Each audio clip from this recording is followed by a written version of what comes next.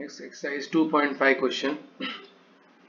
A solution of glucose in water is labeled at 10% weight by weight. 10% weight by weight का मतलब क्या होता है? 10 grams of glucose present in 100 grams of water. ठीक है.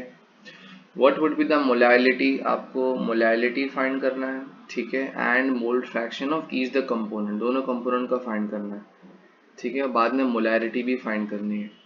So molarity is what? Once again, number of moles of solute upon weight of solvent in kg.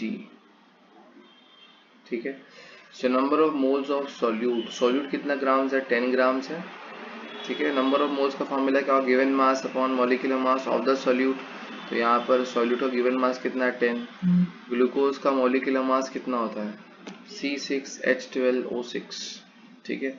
So C6H12O6 का अगर आप मॉलिक्यूलर मास निकालोगे तो क्या आएगा? 180 given mass upon molecular mass. फिर क्या हो गया? नंबर ऑफ मोल्स निकल गया. Weight of solvent in KG. अब सॉल्यूट जो है अगर 10 ग्राम्स है तो सॉल्वेंट कितना होगा? 90. तो ये हो गया अपना 90 ग्राम्स.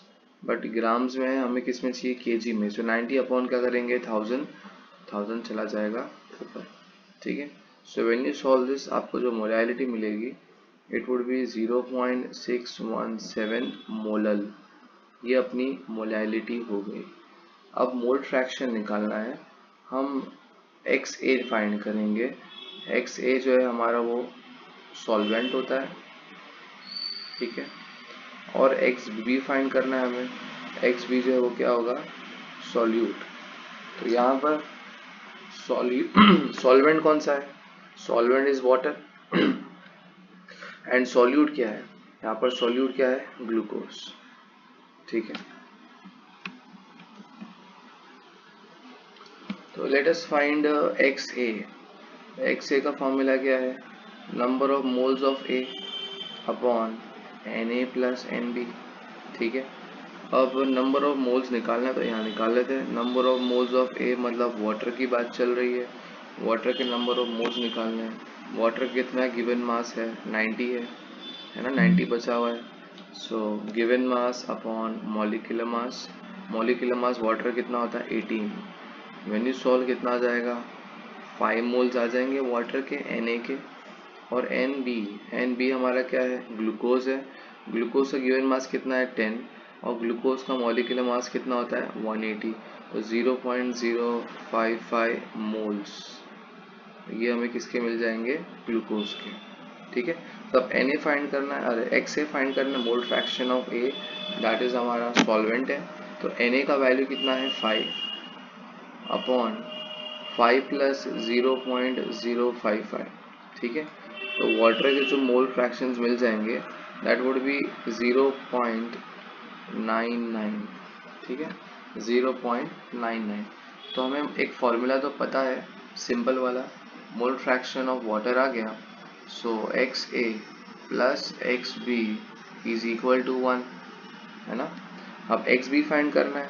सो XB क्या हो जाएगा? 1 माइनस XA. सो 1 माइनस 0.99 कितना हो जाएगा? 0.01. तो mole fraction of each component मिल गया. XA का भी मिल गया और XB का भी मिल गया. उसी के साथ साथ लास्ट में एक चीज़ फाइंड करनी है हमें, मोलैरिटी फाइंड करनी है. ठीक है.